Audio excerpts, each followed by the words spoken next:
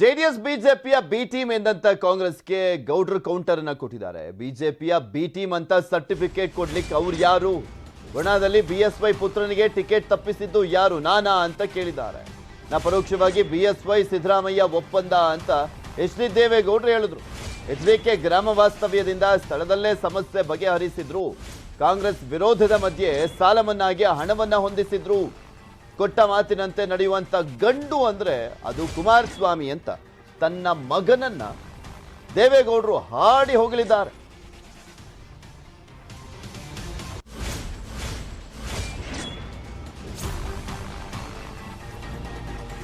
ದೇವೇಗೌಡರನ್ನ ನಮ್ಮ ಪ್ರತಿನಿಧಿ ತಿಮ್ಮೇಗೌಡ ಮಾತನಾಡಿಸಿದ್ದಾರೆ. ಈ ಸಂದರ್ಭದಲ್ಲಿ ಏನ್ ಹೇಳಿದ್ರು ನೋಡೋಣ. ಮಾಜಿ ಪ್ರಧಾನಿ ಹಾಗೂ ಜೆಡಿಎಸ್ ವರಿಷ್ಠ ಎಚ್.ಡಿ. ದೇವೇಗೌಡರು ನಿನ್ನೆಯಿಂದ ಬಿರುಸಿನ ಪ್ರಚಾರದಲ್ಲಿ ಕೈಗೊಂಡಿದ್ದಾರೆ. ಅದರಂತೆ ಪ್ರತಿದಿನ ಕನಿಷ್ಠ ಮೂರು ವಿಧಾನಸಭಾ ಕ್ಷೇತ್ರಗಳಲ್ಲಿ ಪ್ರಚಾರವನ್ನು ಮಾಡೋದಕ್ಕೆ ತಮ್ಮ ಅಭ್ಯರ್ಥಿಗಳ ಮತಯಾಚನೆಯನ್ನ ಮಾಡೋದಕ್ಕೆ ಮುಂದಾಗಿದ್ದಾರೆ.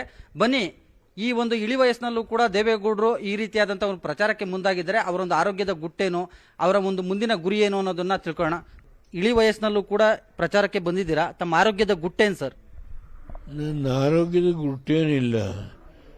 ಜನಗಳಿಗೆ ಕೊಡ್ತಕ್ಕಂಥ ಒಂದು ಪ್ರೋತ್ಸಾಹ, ಜನಗಳಿಂದ ದೊರೆಯೋ ಒಂದು ಅವರ ಆಶೀರ್ವಾದ, ಅದೇ ನಾನು ಕೆಲಸ ಮಾಡಲಿಕ್ಕೆ ಒಂದು ಹುಮ್ಮಸ್ಸು ಬರುತ್ತೆ.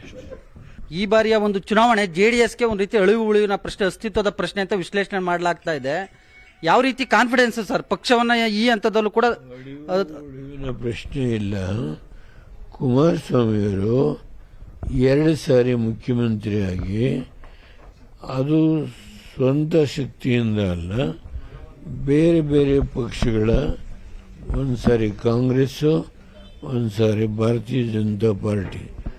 ಈ ಸಾರಿ ಅವರು ಪಂಚರತ್ನ ಕಾರ್ಯಕ್ರಮ ಜೊತೆ ಅಷ್ಟೇ ಅಲ್ಲ, ಜಲಧಾರೆ, ಪ್ರತಿಯೊಂದು ಹಳ್ಳಿಗೂ ಕುಡಿಯುವ ನೀರಿನ ವ್ಯವಸ್ಥೆ, ಪ್ರತಿ ಗ್ರಾಮ ಪಂಚಾಯತಿಗೆ ಆರೋಗ್ಯ, ಶೈಕ್ಷಣಿಕವಾಗಿ, ಆಮೇಲೆ ಇಂಡಸ್ಟ್ರಿಯಲ್ ಕ್ಲಸ್ಟರು, ಹೀಗೆ ವಸತಿ, ತುಂಬ ಕಾರ್ಯಕ್ರಮಗಳನ್ನು ಹಮ್ಮಿಕೊಂಡಿದ್ದಾರೆ.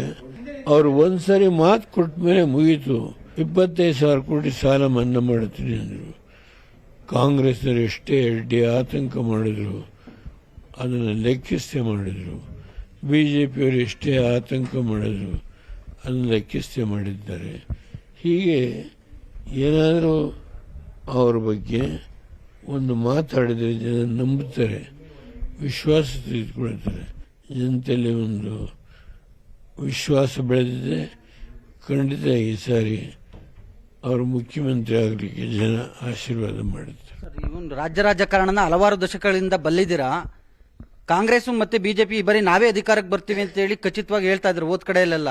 ಈ ಬಾರಿ ಜೆಡಿಎಸ್ ಎಷ್ಟು ಸ್ಥಾನಗಳನ್ನ ಗೆಲ್ಲುತ್ತೆ ಸರ್? ಸ್ವತಂತ್ರವಾಗಿ ಅಧಿಕಾರಕ್ಕೆ ಬರುತ್ತಾ ಅಥವಾ ಹೇಗೆ?